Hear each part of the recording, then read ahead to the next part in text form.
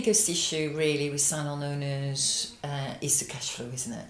It's kind of building the cash flow. You could have a profit at the end of the year or months on months, but the cash flow is just not there and everything is tight. And talking to salon owners who really find it hard to find the money at the end of the month to pay the staff, yet they're profitable against last year, or they've had an increase on last year. So it's like getting your head around how you're going to build the cash flow. I think that's been the biggest issue over the last few years. Yeah.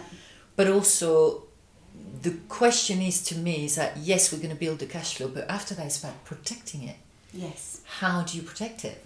Yeah, I mean, that's $1 million question, isn't it? How do you do it?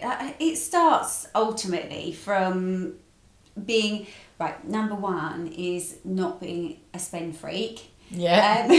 When you get money in, it doesn't burn a hole in your pocket. But that's number one. I mean, it's a bit like... I think that's why I like the one-to-one, because it's the accountability of saying, what's the £500 on salon decor? I like cushions. I know.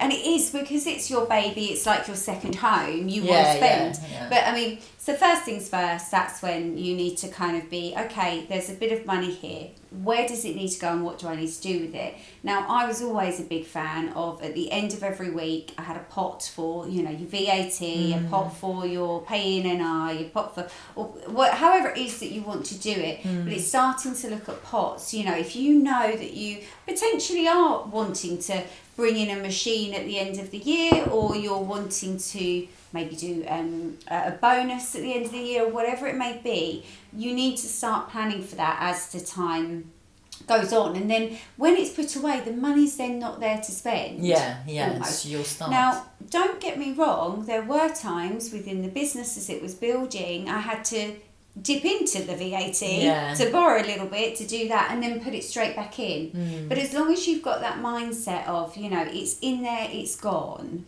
But if you keep doing that, I always feel that if you keep having to take this from there and this from there, and it does happen, because you might have the washing machine that's broken, you might have an outside element of or someone leaving, you have less revenue coming in. Yes, you've not got that wage to pay, but you still haven't got that revenue. So it's again analysing, isn't it? What's what? And if you keep going from one pot to another, it's quite tiring. Definitely. And also something in the it's not right. budget is not happening. Whether you're not driving the revenue or whether you're not looking exactly of every penny that's going out. Of course, but I think to begin with, if you haven't started building it yet, and you're just, if you're one of those people that, and we've seen so many owners do this. I've done it once upon a time, where you just, you're happy that there's money in the bank at the end of the month to pay the wages, and that's it. You're not really you're just living day to day because it's busy, and you're surviving. And we see lots of clients like that, and obviously I know the benefit of not working like that. Once I'd got my head around things. But also sometimes I feel that there's an element, and because there's more information out there, that we keep comparing ourselves. Right, so I was talking to someone, I was listening to this person and they've got it right and they've got £60,000 cash flow. Yeah, okay, but you don't know the circumstances as how they've built it. Maybe they don't have to pay themselves a dividend, so therefore they can build that cash flow. Maybe they have less staff members or more staff members that are more productive, and therefore the margin are a lot better. Maybe they had a cash injection, to start with, or because if you've grown completely organically. From your own pocket, as to if someone's injected, which you don't need to pay back, maybe 30k into your business, then your circumstance is going to be completely different. But I think it's just thinking about, okay, well, we're here and now, and cash flow is always difficult. So what is it that I can do to start to protect it moving forward? And I mean, we've spoken about this before. You don't always need something new. There's plenty of scope already within your business that you can think, okay, do you know what? We're just going to settle down this year and do what we do best. Focusing. Build it, focus.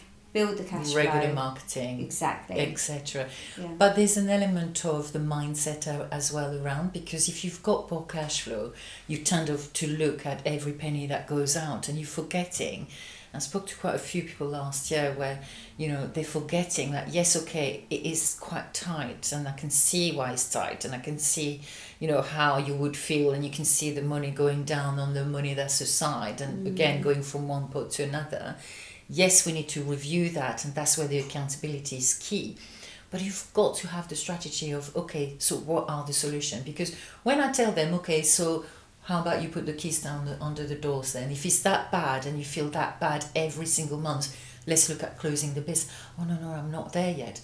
So if you're not there yet, then surely that's a mindset. Yeah. That's a mindset element, right? So stop thinking it's not working, it's not this, it's not that, because you're not there yet, so you can overcome this. Definitely. And maybe you've done it before. We've had businesses that had a tough year last year when they've been very successful before. Yeah. So you've done it. Yeah. So you're able to do it again. However, if the cash flow is not really looked after in terms of trying to have the mindset around, I'm going to build, even if it's 500 quid a month, that you started building that cash flow. Yeah. So with one of the member last year, we started putting that cash flow aside.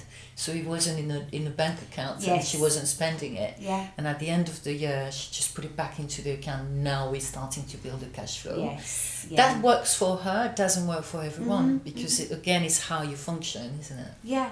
Definitely, and just to go back on that, the whole mindset thing again, and I know we talk about this a lot, and not everyone's on board with how that helps, but looking at the money, rather than always looking at the money going out, looking at the money coming in, and that's every bit of money, that's every refund or every, someone's there was one of our clients who I know, their client bought them in a knife block. Oh, the nice. other day. I know, because they were chatting about things like that, and that's valuable, isn't it? So thinking about the receiving, things like coming in, yes, because there's definitely something in energy. I mean, I don't go into deep, but I do things. I like to dabble, and you like to dabble, and there's definitely something in energy where you attract energy, money, whatever else it is, but you attract certain things in your life if you're putting out the signals. And also, if you are focused, if your focus this year is that, right, I'm going to build a cash flow,